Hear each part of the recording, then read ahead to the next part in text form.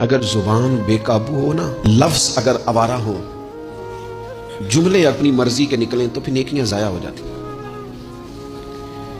اگر بہت بولنے کی عادت ہو اور جو مرضی کہہ دینے کی عادت ہو اور اپنے غصے پر کنٹرول کا مزاج نہ ہو تو پھر نیکیاں برباد ہو جاتی ہیں۔ کچھ لوگ ایسے ہوتے ہیں جو بڑے بہترین کام والے ہوتے ہیں لیکن ان کی زبان سے ڈر آتا ہے، ان کے جملوں سے خوف آتا ہے، ان سے محبت کا رشتہ ہوتا ہے، تعلق ہوتا ہے، لیکن ان کے ساتھ گزارا نہیں ہوتا، اس لیے کہ وہ نیک بھی ہیں، نمازی بھی ہیں، حاجی بھی ہیں، پرہیزگار بھی ہیں، لیکن زبان سے تیر برساتے ہیں۔ ان کے جملے نہیں ہوتے، ان کے نشتر ہوتے ہیں جو دلوں کو گھائل کرتے، لیکن زبان سے تیر برساتے ہیں۔ ان کے جملے نہیں ہوتے، ان کے نشتر ہوتے ہیں جو دلوں کو گھائل کرتے۔ ایسا آدمی اپنی نیکیاں ضائع کر بیٹھتا ہے۔ بڑے بڑے جملے بولنا مسلم شریف میں موجود ہے،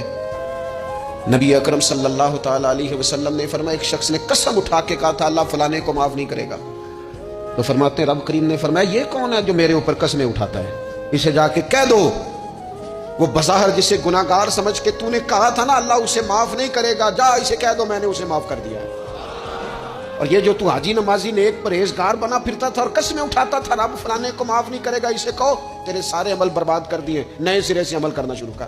تیری ساری پچھلی نیکیاں ضائع کر دی۔ تو کون ہوتا ہے قسمیں اٹھا کے کہنے والا، زبان کو کنٹرول نہ رکھنے والا؟